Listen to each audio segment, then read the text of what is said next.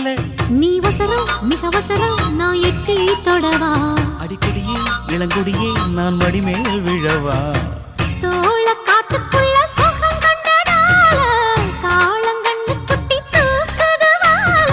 மாமனுக்கு தாங்கவில்லை, இனி மாறாப்புக்கு வேலை இல்லை.